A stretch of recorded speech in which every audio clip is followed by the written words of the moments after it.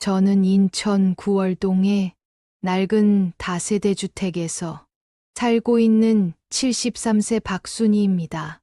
어느 날 새벽 현관문을 두드리는 소리에 잠에서 깨어났어요.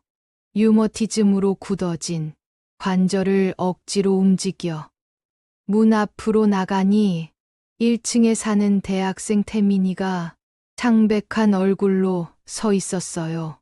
태민의 다급한 손짓과 함께 들려온 지금 당장 피하세요 라는 속삭임이 저의 몸을 먼저 움직이게 했습니다.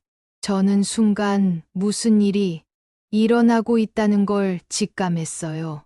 아마도 40년 시장 생활이 몸에 밴 그 감각 덕이었죠. 저는 슬리퍼도 제대로 신지 못한 채 태민이를 따라 뒷골목으로 뛰쳐나왔어요.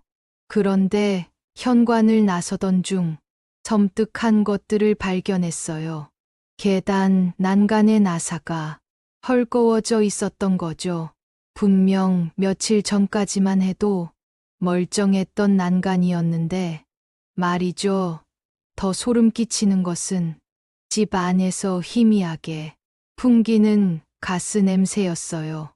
저는 그제서야 상황의 심각성을 깨달았습니다. 누군가 저를 해치려는 계획을 세우고 있었던 거였죠. 바로 그 순간 2층 창문에서 손전등 불빛이 번쩍이며 무거운 것이 떨어지는 듯한 쿵 소리가 새어 나왔습니다. 누군가가 집 안을 뒤지고 있었어요. 저는 등골이 서늘해졌습니다. 골목 모퉁이에 숨어서 뒤를 돌아보니 더욱 충격적인 광경이 펼쳐졌어요. 2층 베란다 창문이 활짝 열려 있었고 그 아래로 제가 소중히 기르던 화분들이 산산조각 나 있었습니다. 특히 죽은 남편과 함께 심었던 장미 화분이 산산이 부서져 있었어요. 분홍빛을 피우던 그 장미는 저에게 마지막 남은 추억이었죠. 저는 급한 대로 24시간 사우나에 피신했고 태미는 떨리는 목소리로 충격적인 말을 꺼냈어요. 저의 며느리 영란이가 저를 해치려 한다는 계획을 우연히 들었다는 것이었습니다. 어젯밤 11시쯤 집에 들어오다가 2층에서 새어나오는 대화를 우연히 듣게 되었다고 했어요. 태민이 전해준 내용은 끔찍했습니다. 계단에서 밀어 떨어뜨려 실족사로 위장하자는 계획이었어요. 그것도 새벽 시간을 노려서 말이에요. 아무도 목격자가 없을 시간에 일을 벌이려는 치밀한 계획이었습니다. 저는 처음엔 믿을 수 없었죠. 설마 우리 며느리가 그런 일을 하지만 곧 이상했던 일들이 떠올랐어요. 제 머릿속에 지난 2년간의 기억들이 빠르게 스쳐 지나갔어요. 처음에는 다정했던 며느리 영란이가 언제부터인가 변하기 시작했었습니다. 결혼 초기에는 명절마다 정성껏 차례상을 차리고 제 건강을 걱정하는 듯 했는데 말이에요. 변화의 시작은 2년 전이었어요. 영란이가 인터넷 쇼핑몰 사업을 시작하겠다며 투자금이 필요하다고 했을 때였습니다. 저는 며느리의 꿈을 응원하고 싶었어요. 아들 준호가 행복해하는 모습을 보니 기쁘기도 했고요. 그래서 결국 저한테 남은 마지막 재산인 충남 당진의 밭 2,000평을 팔았어요. 5천만 원이라는 거금이었습니다. 형제들은 모두 반대했어요. 하지만 저는 결심을 굽히지 않았습니다. 며느리에게 줄 수 있는 마지막 선물이 그 땅이었거든요. 하지만 영란이의 사업은 6개월 만에 망했어요. 영란이는 시장 조사를 제대로 하지 않았다며 변명했지만 저는 뭔가 이상한 기분을 숨길 수 없었어요. 5천만 원이 그렇게 빨리 없어질 수 있는 건지 의문이었거든요. 하지만 이미 엎질러진 물이었어요. 그 후부터 영란이의 태도가 확연히 달라졌어요. 명절에도 차례상 준비를 대충 하더니 나중에는 아예 친정에 가버리기 시작했습니다. 제가 가끔 반찬을 해다 주면 고맙다는 인사도 없이 받았어요. 더 심각한 건 아들 준호의 변화였어요. 예전에는 일주일에 2번씩 안부 전화를 하던 아들이 점점 연락을 줄이기 시작했습니다. 나중에 알고 보니 영란이가 시어머니한테 자주 연락하면 자신이 스트레스 받는다고 했던 거예요. 한 달 전에는 더 충격적인 일이 있었어요. 병원에 갔다가 우연히 영란이를 봤는데 낯선 남자와 함께 있었습니다. 친근하게 팔짱까지 끼고 있더라고요. 며느리에게 물어보려 했지만 괜히 의심병 많은 시어머니로 오해받을까 봐 참았습니다. 그런데 지금 생각해보니 모든 게 연결되는 것 같았어요. 사업 실패 후 달라진 태도, 요양원 입소 압박, 짐 매각 요구, 그리고 아들과의 연락 차단까지 모든 것이 계획적이었던 거예요. 저는 사우나 의자에 주저앉으며 깊은 한숨을 내쉬었습니다. 시장에서 40년을 보내며 온갖 사람들을 만났어요. 정직한 사람도 있었고 사기를 치려는 사람도 있었습니다. 그래서 사람 보는 눈이 생겼다고 자부했는데 정작 가장 가까운 가족의 본심은 몰랐던 거예요. 특히 아들 준호에 대한 실망감이 컸습니다. 대학 등록금이 없어서 고민할 때 저는 밤늦게까지 떡볶이를 팔아 돈을 마련했어요. 졸업 후 취직이 안 돼서 힘들어할 때도 묵묵히 뒷바라지했습니다. 결혼할 때는 전세금 2억 원을 마련해 주느라 노후 자금까지 털어넣었거든요. 그런 아들이 이제 저를 없애려 한다니요. 며느리의 사주를 받았든 자발적이든 결국 자식이 어미를 배신한 셈이었어요. 처음에는 분노가 치밀었습니다. 어떻게 이럴 수 있냐는 원망이 가슴을 가득 채웠어요. 하지만 곧 다른 감정이 뒤따랐습니다. 슬픔이었어요. 40년간 쌓아온 모든 사랑과 헌신이 한순간에 무너지는 것 같은 허무함이었습니다. 그런데 그 슬픔 속에서도 저는 포기하지 않았어요. 시장에서 40년을 버텨온 그 질긴 생명력이 다시 꿈틀거리기 시작했습니다. 새벽 시장에서 밀려오는 손님들을 상대하며 기른 순발력, 어려운 손님들과 실랑이하며 얻은 담력이 되살아났어요. 무엇보다 억울했습니다. 저는 아무 잘못도 하지 않았거든요. 오히려 가족을 위해 모든 것을 바쳤는데 이런 식으로 버림받을 이유가 없었어요. 73세라고 해서 가만히 당할 제가 아니었죠. 저는 태민을 바라보며 결연한 표정을 지었어요. 이 젊은 청년이 저를 구해주러 온 것도 우연이 아닐 거예요. 하늘이 도운 것일지도 모르죠. 제가 이렇게 쉽게 당할 사람이 아니라는 것을 보여줄 때가 온 것 같았습니다. 순간 제 머릿속에 시장에서 배운 처세술들이 떠올랐어요. 상대의 약점을 파악하고 적절한 때까지 기다리다가 결정적인 순간에 반격하는 법 말이에요. 40년 장사 경험이 이런 데 쓰일 줄은 몰랐지만 지금이야말로 그 모든 노하우를 발휘할 때였어요.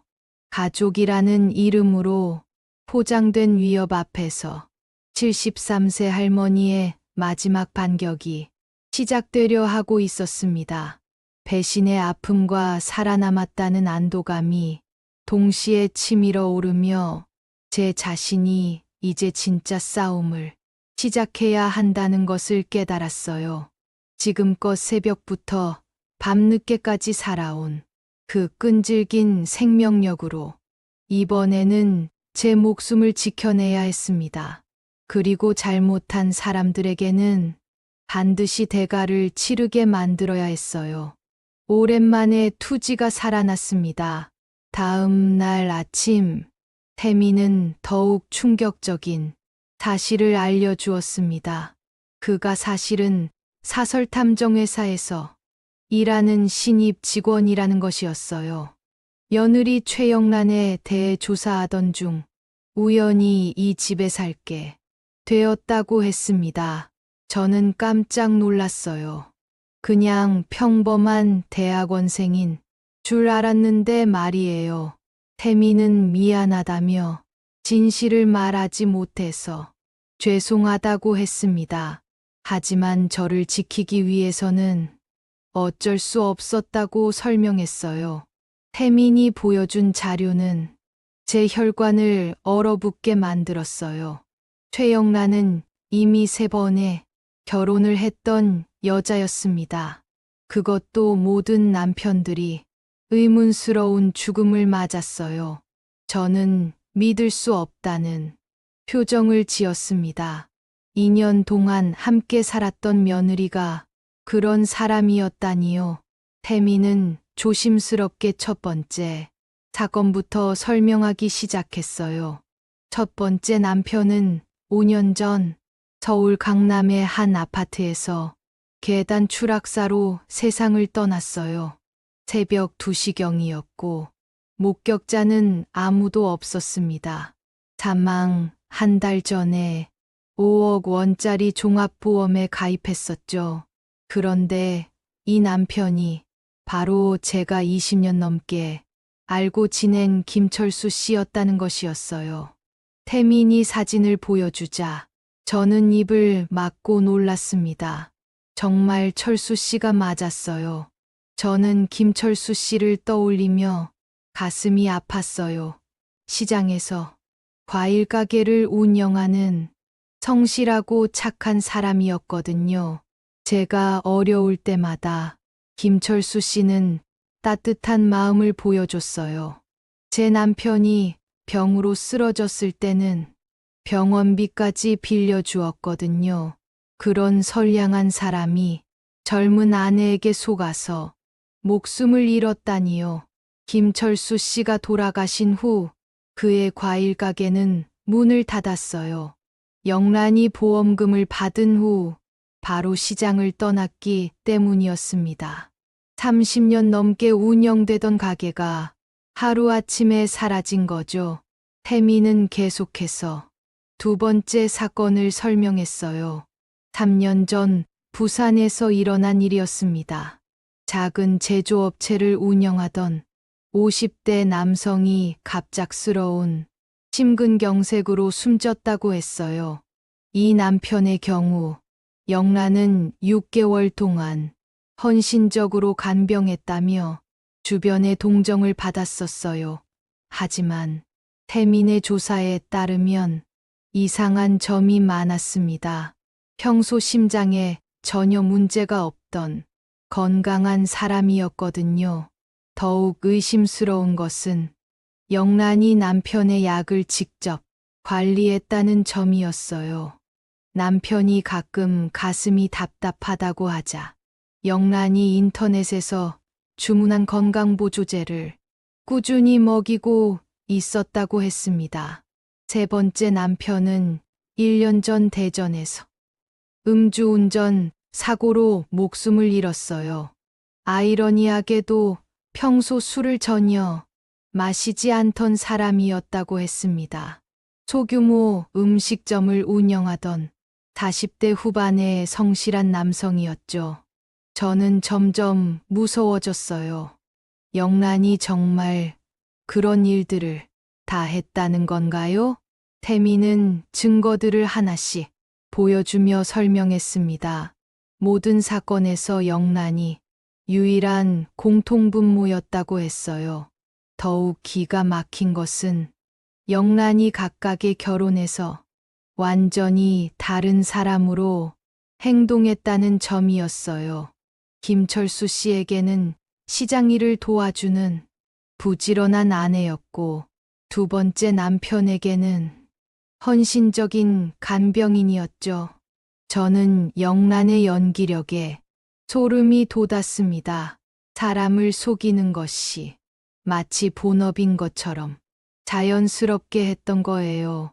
그렇다면 저에게 보여준 며느리의 모습도 모두 가짜였던 걸까요?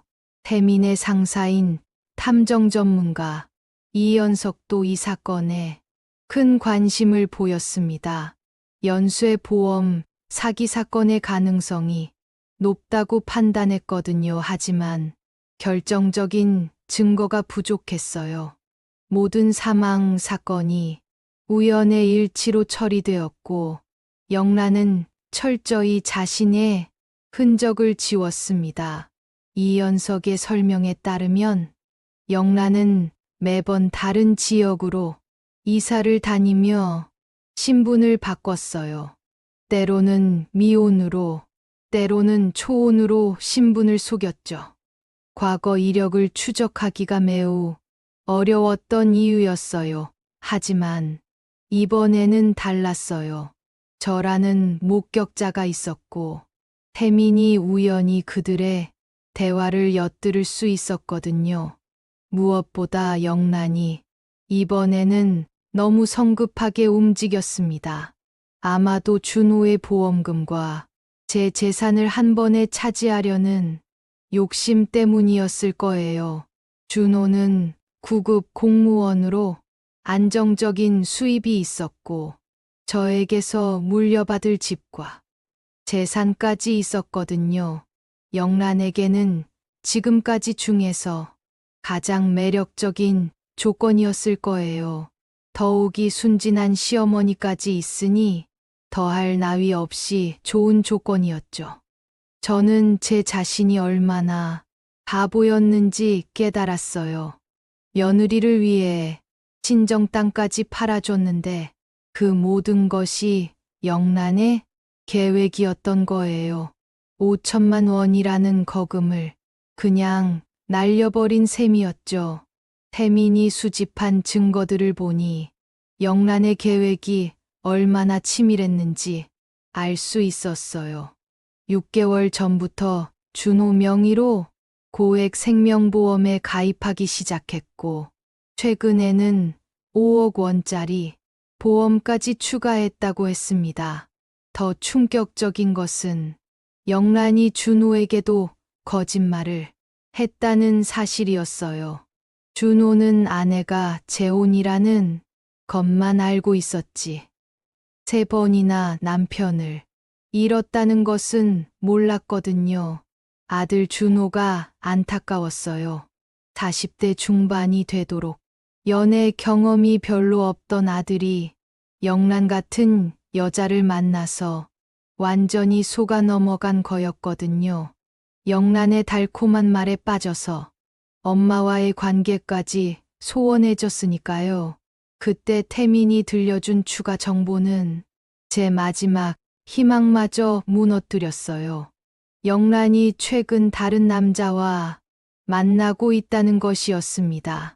30대 중반의 사업가로 역시 상당한 재산을 가진 사람이었어요. 준호는 이미 4번째 희생양으로 낙인 찍힌 상태였던 거죠. 순간 가슴이 미어졌습니다. 아들이 배신했다는 것도 충격이었지만 그 아들마저 영란의 희생양이 될 운명이라니요. 40년 동안 정성껏 키운 아들을 이렇게 잃을 수는 없었어요. 무엇보다 화가 났던 것은 영란이 저를 철저히 이용했다는 사실이었어요. 친정 땅 5천만 원도 그동안 해준 뒷바라지도 모든 것이 영란의 계획에 노란한 것이었죠.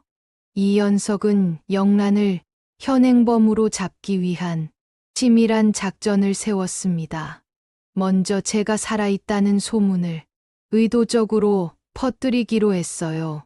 영란이 다시 움직이게 만들려는 계략이었죠.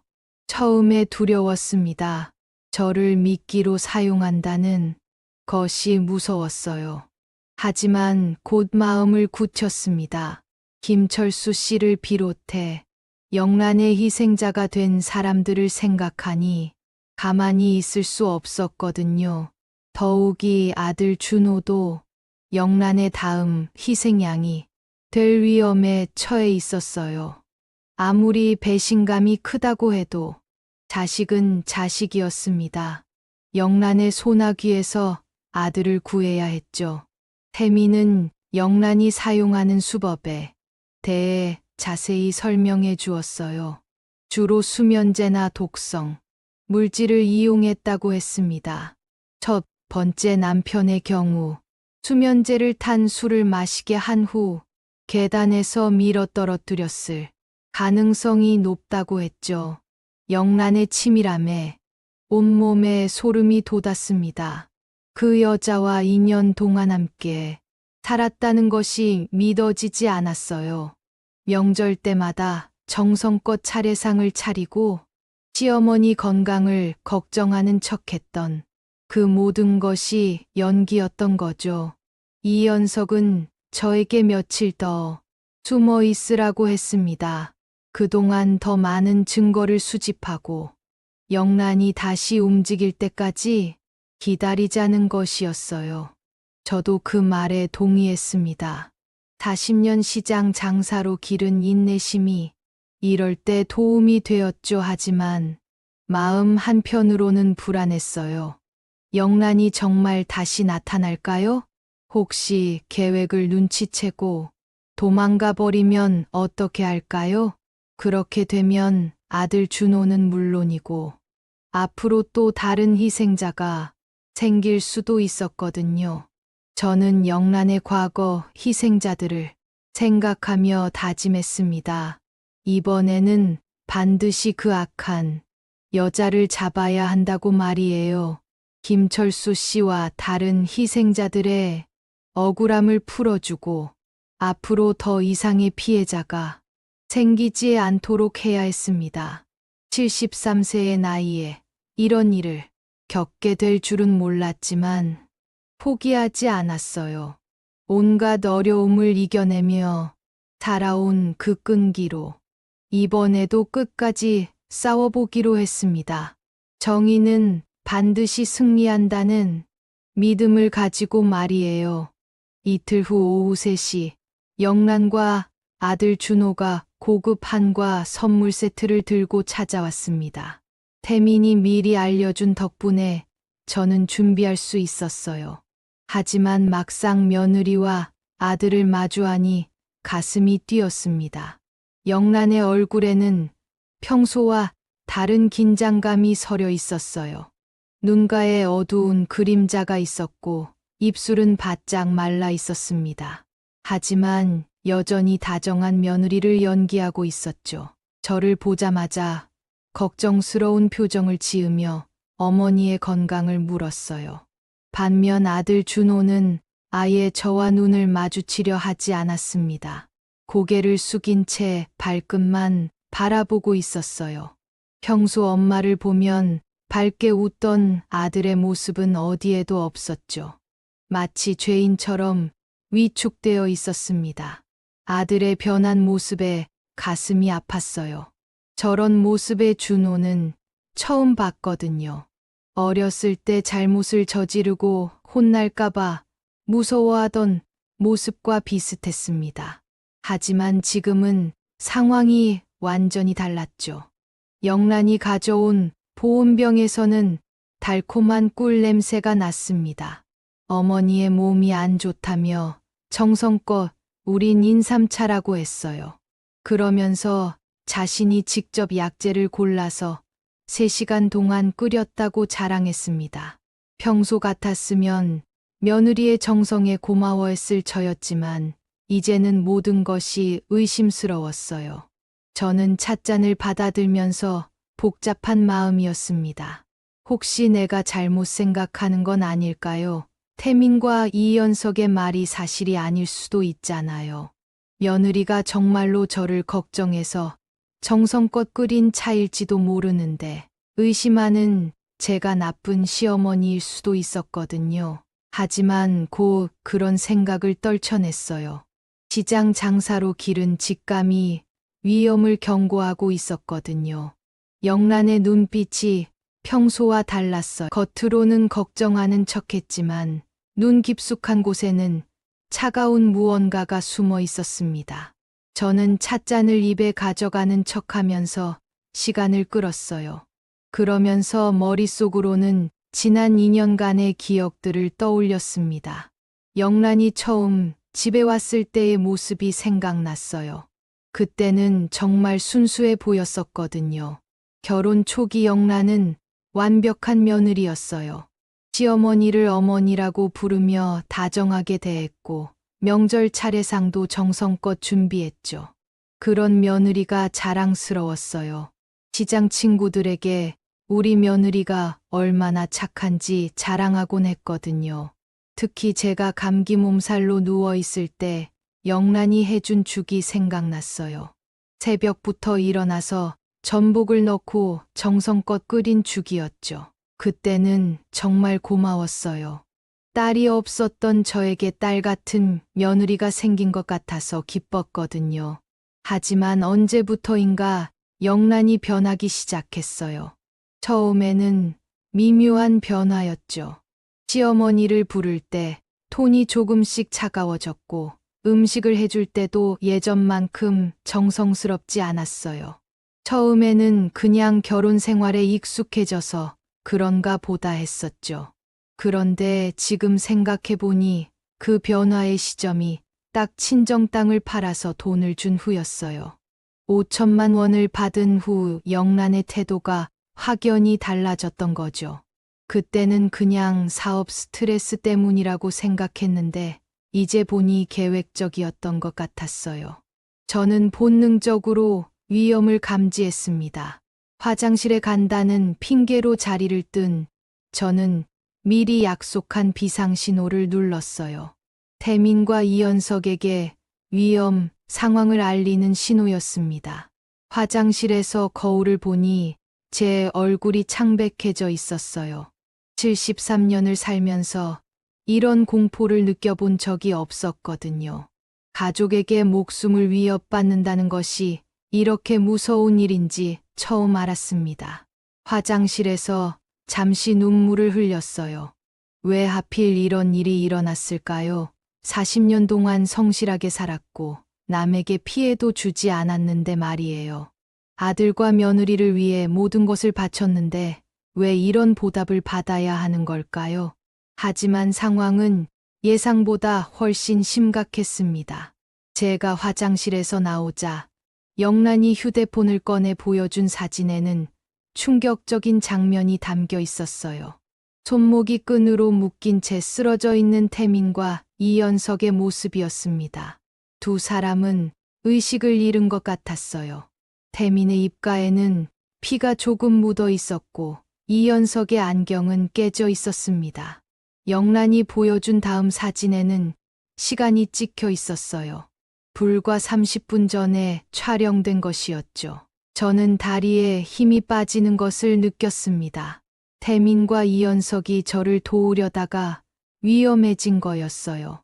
젊은 청년들이 73세 할머니 때문에 이런 일을 당했다니 저는 죄책감에 휩싸였습니다. 영란은 차가운 미소를 지으며 저를 바라봤어요. 할머니가 얌전히 하면 이 사람들도 다치지 않을 거라고 했습니다. 하지만 만약 말을 듣지 않으면 이 두 사람은 물론 저까지 모두 위험해질 거라고 협박했어요. 그 순간 영란의 가면이 완전히 벗겨졌습니다. 2년 동안 다정한 며느리를 연기했던 모든 것이 거짓이었던 거예요. 저를 어머니라고 부르며 따뜻하게 대했던 것도, 명절마다 정성껏 차례상을 차린 것도 모든 것이 연기였던 겁니다. 방 안의 공기가 순식간에 얼어붙었습니다. 평소 온화했던 며느리의 얼굴에서 잔혹한 본성이 드러나는 순간이었어요. 등골이 서늘해지는 것을 느꼈습니다. 이제야 영란의 진짜 모습을 본 것 같았죠. 더욱 충격적인 것은 아들 준호의 반응이었습니다. 준호가 처음으로 입을 열었을 때 마지막 희망마저 산산조각이 났어요. 엄마에게 이제 그만 포기하라고 말하는 것이었습니다. 늙은이 하나 때문에 이렇게 복잡하게 할 필요가 없다는 것이었죠. 저는 귀를 의심했습니다. 40년 동안 새벽부터 밤늦게까지 떡볶이를 팔아가며 키운 아들이 저를 늙은이 하나라고 표현한 것이었어요. 자식이 어미에게 던진 이 잔혹한 말은 가슴에 비수처럼 꽂혔습니다. 그 순간 머릿속에는 준호와 함께했던 소중한 기억들이 빠르게 스쳐 지나갔어요. 준호가 5살 때 고열로 앓던 밤이 생각났습니다. 그때 밤새 아이 곁을 지키며 해열제를 먹이고 물수건으로 이마를 닦아줬었어요. 중학교 때는 왕따를 당해서 학교 가기 싫다며 울던 준호를 위로했던 기억도 났죠. 아들을 끌어안고 함께 울면서 괜찮다고 다독여줬었어요. 그리고 직접 학교에 찾아가서 담임 선생님과 상담까지 했었거든요. 그런 아들이 이제 배신하고 있었습니다. 며느리의 편에 서서 엄마를 적으로 돌리고 있었어요. 저는 이해할 수 없었습니다. 어떻게 자식이 어미에게 이럴 수 있는 걸까요? 하지만 준호의 표정을 자세히 보니 뭔가 이상했어요. 말은 차갑게 했지만 눈빛에는 미묘한 두려움이 섞여 있었거든요. 혹시 준호도 영란에게 협박받고 있는 건 아닐까요? 아니면 영란의 정체를 모른 채 조종당하고 있는 걸까요? 저는 잠깐 희망을 품었습니다. 하지만 곧 그런 생각을 떨쳐냈어요. 설령 준호가 속고 있다고 해도 결국 어미를 배신한 것은 사실이었거든요. 어떤 이유가 있든 용서할 수 없는 일이었어요. 저는 무너지지 않았습니다. 가방 속에 미리 준비해둔 작은 호신용품을 조용히 꺼냈어요. 이연석이 만약을 대비해서 준비해둔 것이었습니다. 73세의 나이에도 불구하고 제 손은 놀랍도록 차분했어요. 영란이 방심한 틈을 타서 재빨리 그것을 사용했습니다. 영란의 비명소리가 방 안에 울려 퍼졌어요.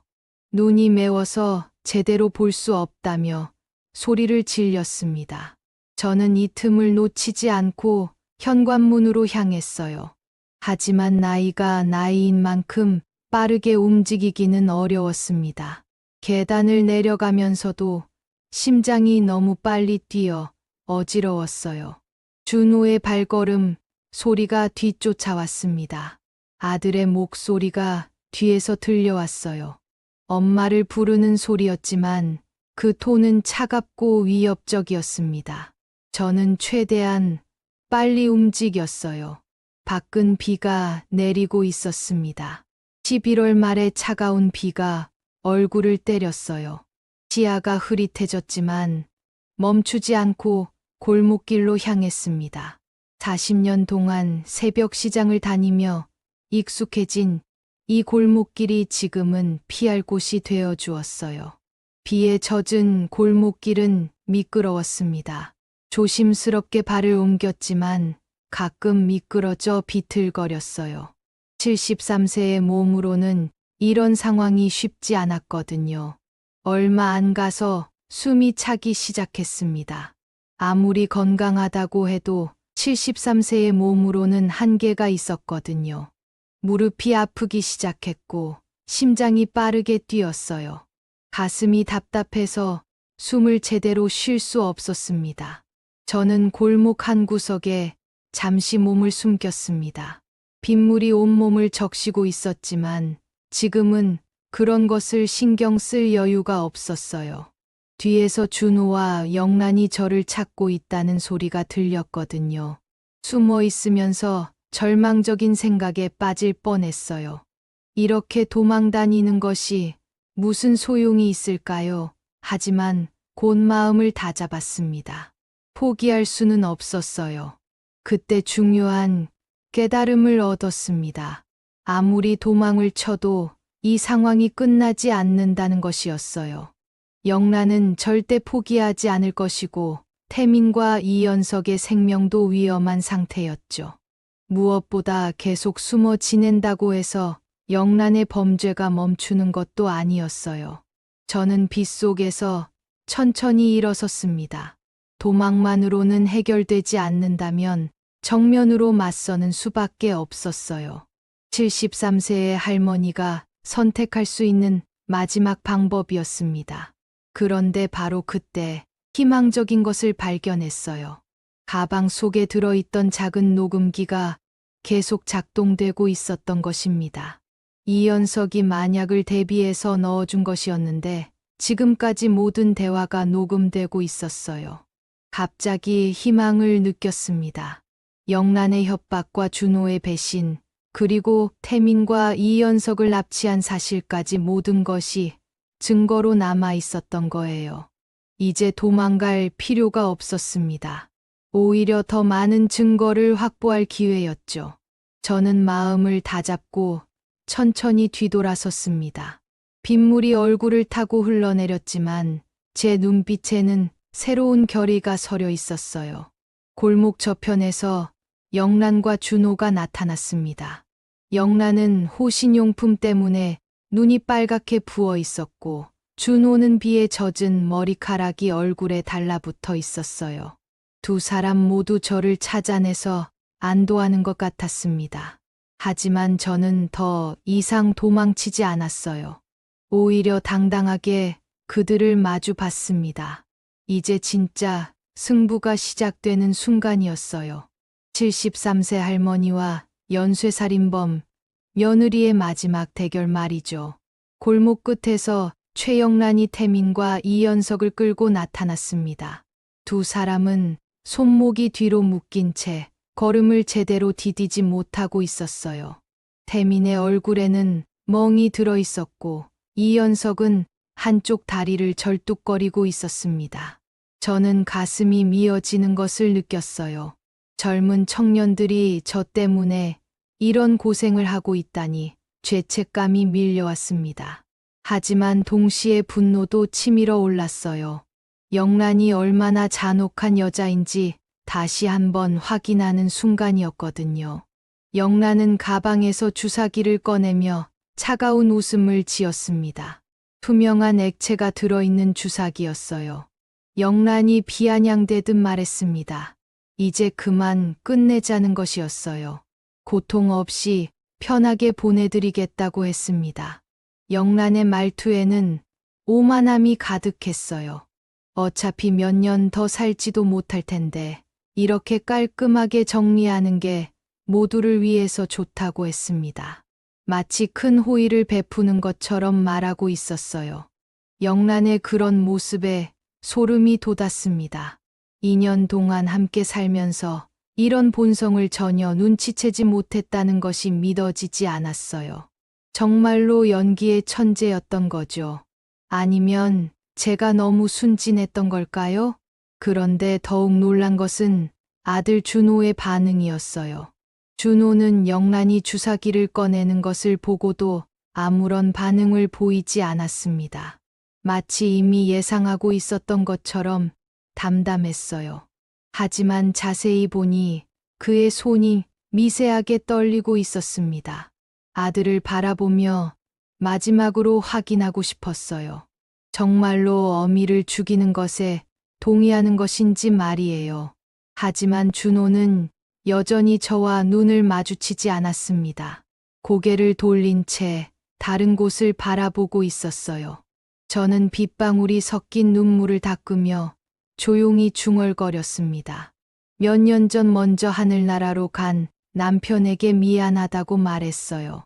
아들을 잘못 키운 것 같다고 했습니다. 그리고 자신에게도 미안하다고 했어요. 이렇게 늙어서야 제대로 된 싸움을 시작하게 되어서 말이에요. 하지만 제 목소리에는 포기의 기색이 없었어요. 오히려 담담하면서도 결연한 의지가 느껴졌습니다. 마치 마지막 결전을 앞둔 전사의 모습 같았죠. 그 순간 제가 코트 주머니에서 작은 녹음기를 꺼내 들었습니다. 빨간 불빛이 깜피며 작동 중임을 알렸어요. 영란을 똑바로 바라보며 차분하게 말했습니다. 이 모든 대화가 지금 실시간으로 송신되고 있다고 설명하기 시작했습니다. 이연석이 미리 준비해둔 특별한 장치였다고 했어요.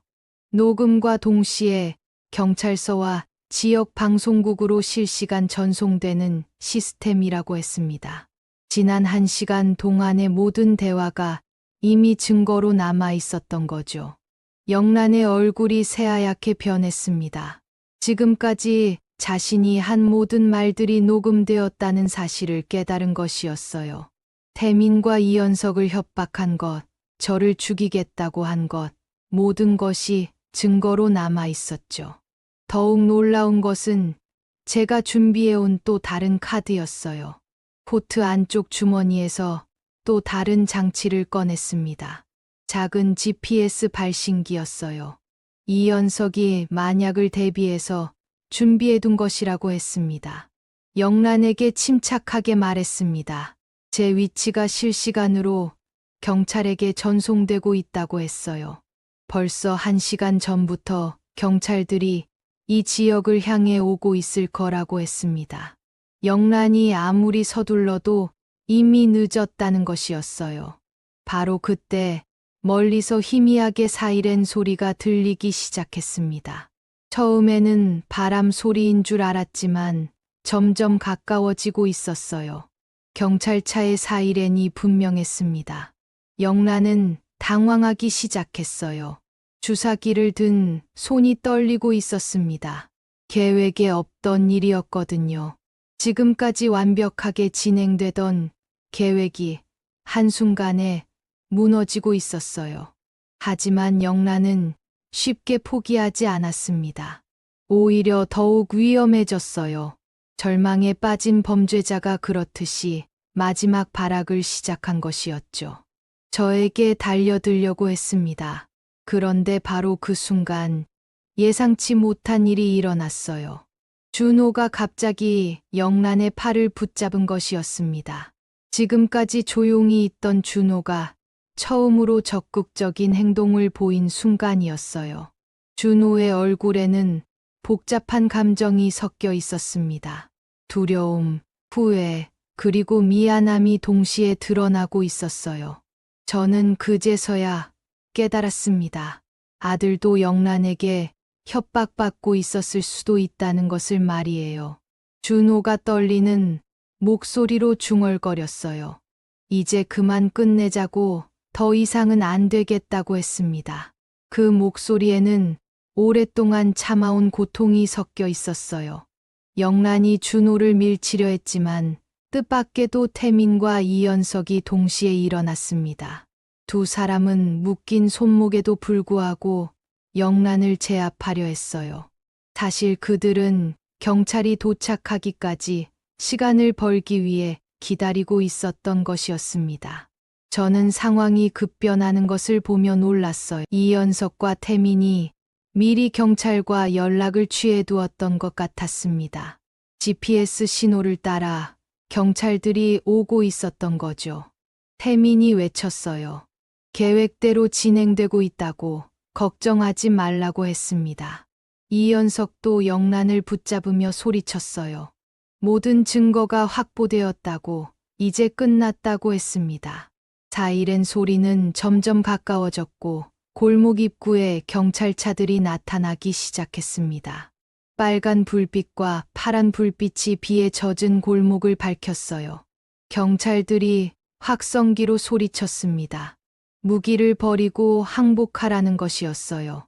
영란은 사방이 포위된 것을 깨달았습니다. 더 이상 도망갈 곳이 없었어요. 하지만 여전히 주사기를 손에 쥐고 있었습니다. 마지막까지 저항하려는 것 같았어요. 그때 제가 영란 앞으로 나섰습니다. 73세의 할머니가 연쇄살인범 앞에 당당히 서 있는 모습이었어요. 영란을 똑바로 바라보며 조용하지만 단호하게 말했습니다. 이제 그만 끝내라고 했습니다. 더 이상 죄 없는 사람들을 해치지 말라고 했어요. 김철수 씨를 비롯해서 지금까지 죽인 사람들에게 미안하다고 하라고 했습니다. 영란의 손에서 주사기가 떨어졌습니다. 빗물에 젖은 바닥에 굴러다니는 주사기를 보며 드디어 끝났다는 것을 실감했어요. 2년 동안의 악몽이 마침내 끝나는 순간이었습니다. 경찰들이 몰려와서 영란과 준호에게 수갑을 채웠습니다. 영란은 살인미수 및 협박 혐의로, 준호는 공범 혐의로 체포되었어요. 하지만 준호의 경우 협박을 받았다는 정황이 고려될 것 같았습니다. 태민과 이연석은 다행히 큰 부상 없이 풀려났습니다. 저는 무너져 내리는 다리를 간신히 붙잡고 서 있었어요. 긴장이 풀리면서 온몸에 힘이 빠졌습니다. 하지만 마음 한편으로는 안도감이 밀려왔어요. 드디어 진실이 밝혀졌고 정의가 승리한 것이었습니다. 경찰관이 다가와서 괜찮은지 물어봤어요. 고개를 끄덕이며 답했습니다. 괜찮다고, 이제 정말 괜찮다고 했어요. 비는 여전히 내리고 있었지만 더 이상 차갑게 느껴지지 않았어요. 오히려 모든 것을 씻어내는 것 같았습니다. 2년간의 고통과 오늘의 공포를 모두 씻어내고 있었어요. 태민이 다가와서 고마움을 표했습니다. 할머니의 용기 덕분에 모든 것이 해결되었다고 했어요. 이연석도 마찬가지였습니다. 저의 냉철한 판단과 담력이 없었다면 불가능했을 일이라고 했어요. 저는 두 젊은이를 바라보며 미소 지었습니다. 그리고 저 때문에 위험에 처하게 해서 미안하다고 했어요. 하지만 덕분에 악한 사람들을 잡을 수 있어서 다행이라고도 했습니다. 영란이 경찰차에 태워지는 모습을 보며 복잡한 심정이었어요. 미움보다는 안도감이 더 컸습니다. 이제 더 이상 누구도 영란의 희생양이 되지 않을 거라는 생각에 마음이 놓였어요. 준호가 수갑을 찬 채 저를 바라보는 순간이 있었습니다. 그 눈빛에는 후회와 미안함이 가득했어요. 저는 아들을 바라보며 고개를 끄덕였습니다. 이해한다는 뜻이었어요.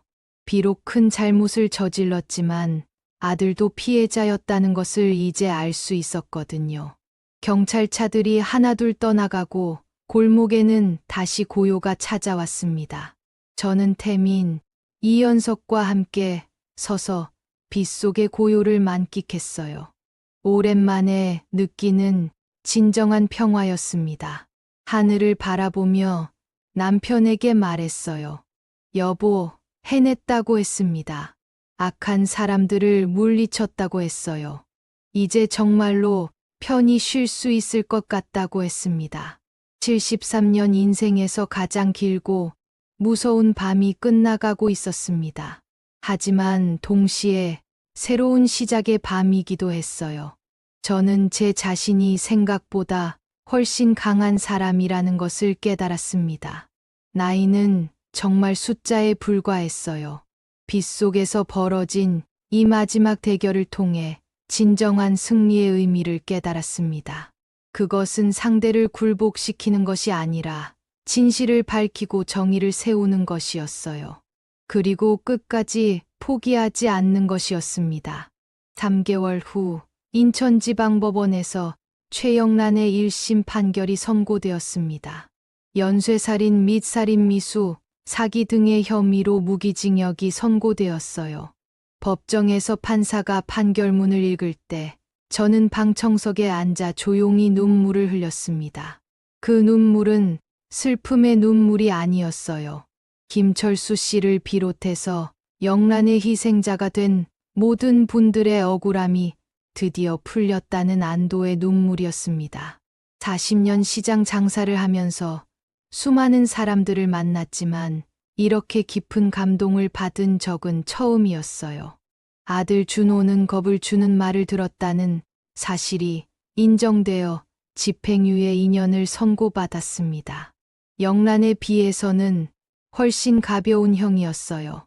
수사 과정에서 준호도 영란에게 겁을 주는 말들을 들으며 조종당했던 것이 밝혀졌거든요. 그동안의 빚과 약점을 이용당했던 것이었습니다. 특히 준호가 법정에서 한 마지막 말이 마음을 울렸어요. 어머니께 진심으로 용서를 구한다는 것이었습니다. 그리고 앞으로는 정말 효자가 되겠다고 다짐했어요.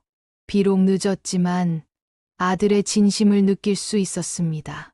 판결이 끝난 후 법원 앞에서 기자들의 인터뷰 요청을 받았어요.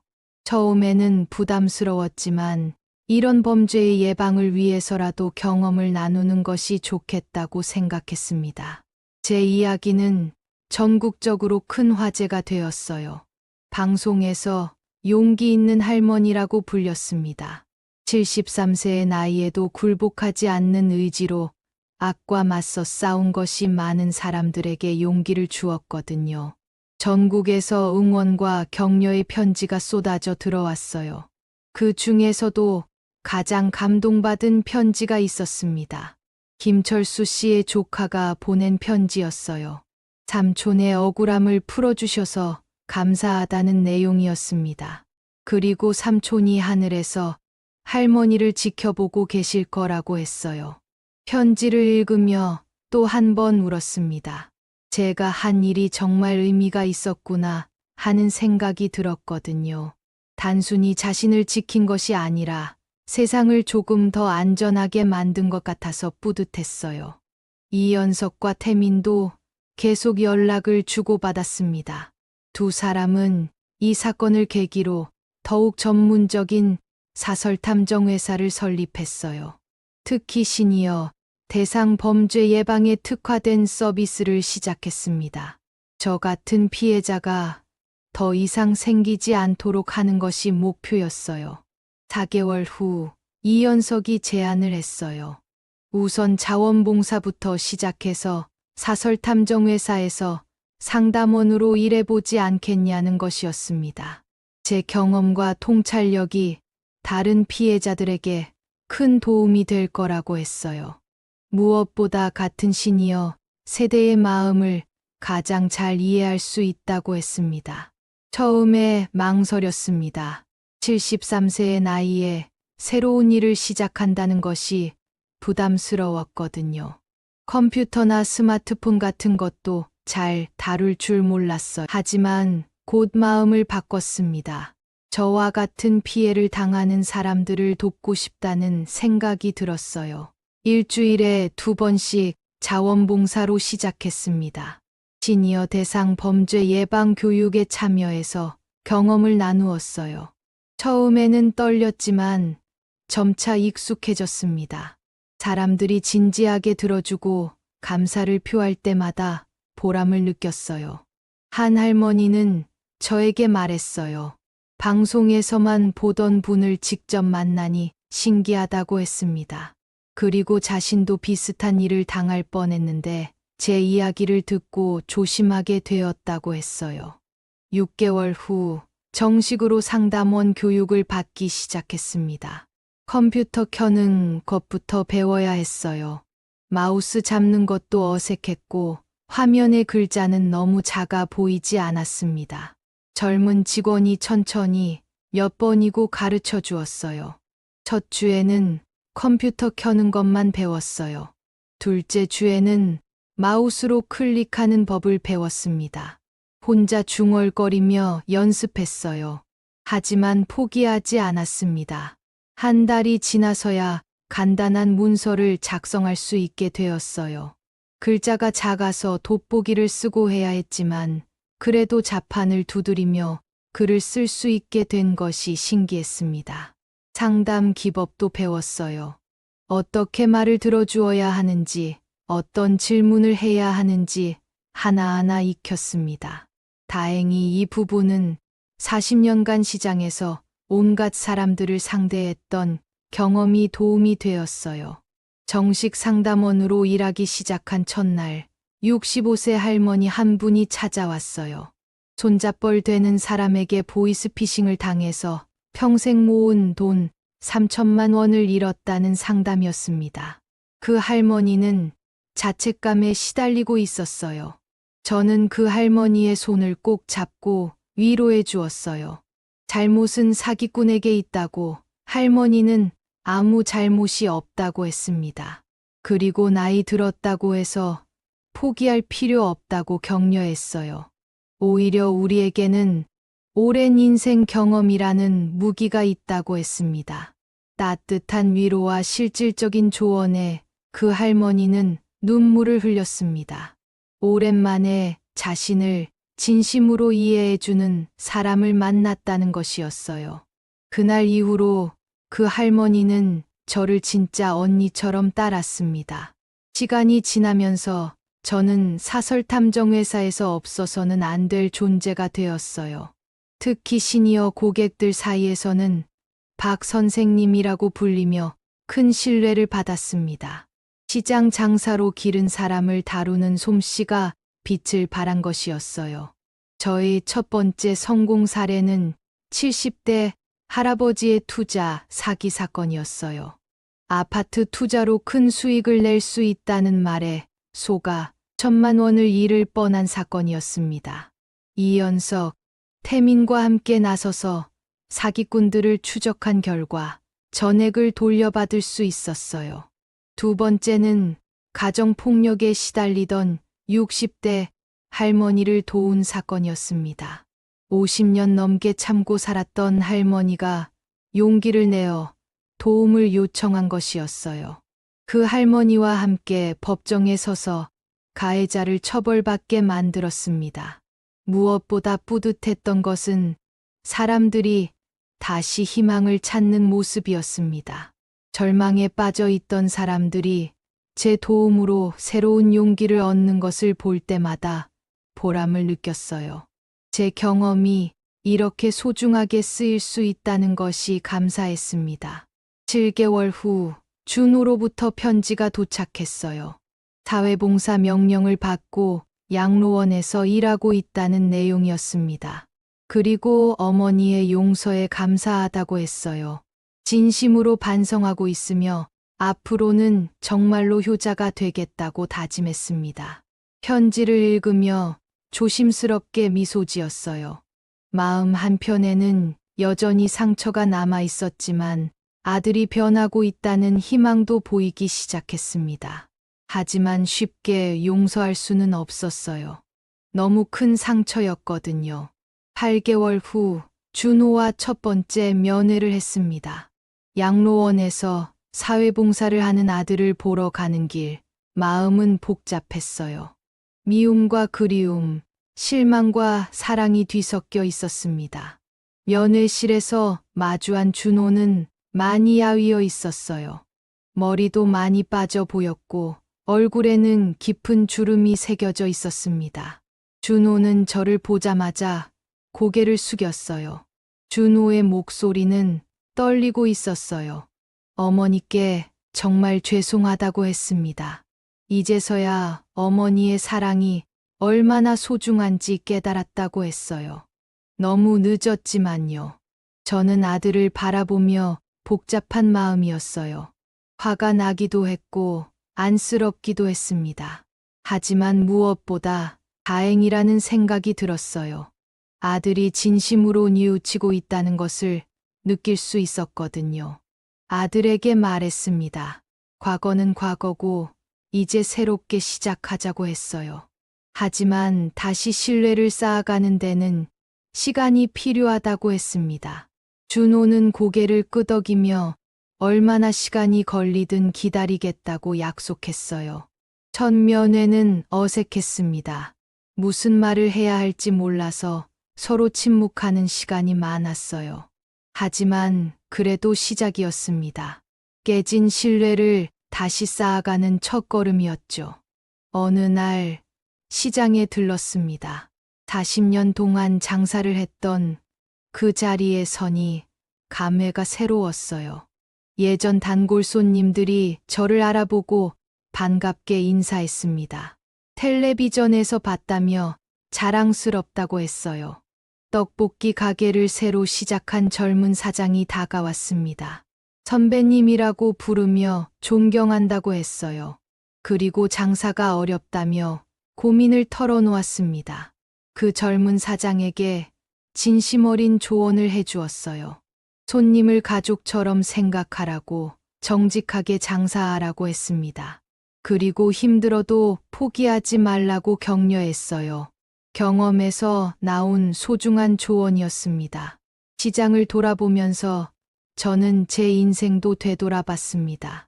40년 동안 이 자리에서 흘린 땀과 눈물, 그리고 웃음이 모두 소중한 추억이었어요. 그 모든 경험이 지금의 저를 만든 것 같았습니다. 특히 어려운 시절을 함께 버텨온 시장 상인들과의 우정이 그리웠어요. 서로 도우며 살았던 그 시절이 지금 생각해보니 정말 소중했습니다. 그런 경험이 있었기에 지금도 다른 사람들을 도울 수 있는 것 같았어요. 집으로 돌아가는 길에 새로운 결심을 했습니다. 앞으로도 계속 사람들을 도우며 살겠다는 것이었어요. 73세에 시작한 새로운 인생이지만 아직 할 일이 많다고 생각했습니다. 1년 후 봄, 남편의 묘소를 찾았습니다. 깨끗하게 정리된 묘비 앞에 앉아서 그동안 있었던 일들을 이야기했어요. 여보, 내가 해냈다고 말했습니다. 악한 사람들을 물리치고 새로운 인생도 시작했다고 했어요. 묘소 주변에 핀 벚꽃을 보며 평화로움을 느꼈습니다. 1년 전만 해도 상상할 수 없었던 일이었어요. 그때는 절망과 공포에 휩싸여 있었는데 지금은 이렇게 당당하고 평온한 마음으로 살고 있었습니다. 남편에게 말했어요. 이제 정말로 행복하다고, 의미 있는 일을 하며 살고 있다고 했습니다. 그리고 언젠가 다시 만날 때까지 건강하게 잘 살겠다고 약속했어요.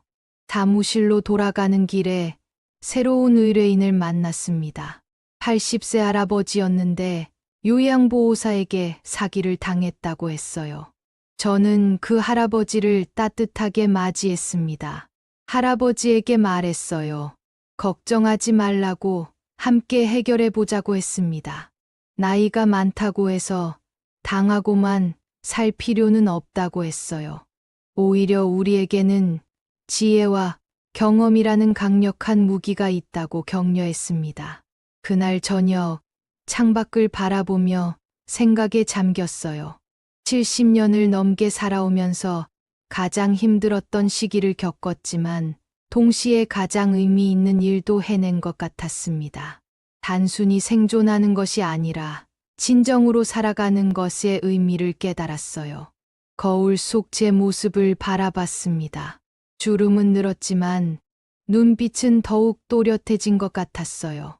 나이가 더 이상 한계가 아니라 새로운 시작점처럼 느껴졌습니다.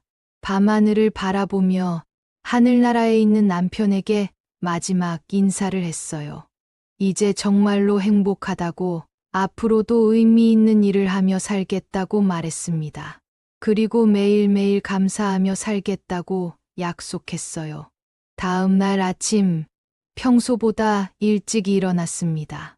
새로운 하루가 시작되는 것이었어요. 73세 상담원 박순희의 진짜 인생은 이제 막 시작되고 있었어요. 사무실로 향하는 길에서 새로운 다짐을 했습니다. 앞으로도 포기하지 않겠다고, 끝까지 정의로운 일을 하겠다고 말이에요. 나이는 숫자에 불과하다는 것을 몸소 증명하며 살아가겠다고 다짐했습니다. 발걸음은 가벼웠습니다. 매일매일 새로운 모험이 계속되고 있었어요. 이제 더 이상 약한 할머니가 아니었습니다. 세상을 조금씩 바꿔가는 강인한 여성이었어요. 그리고 제 이야기는 많은 시니어들에게 희망과 용기를 주고 있었습니다.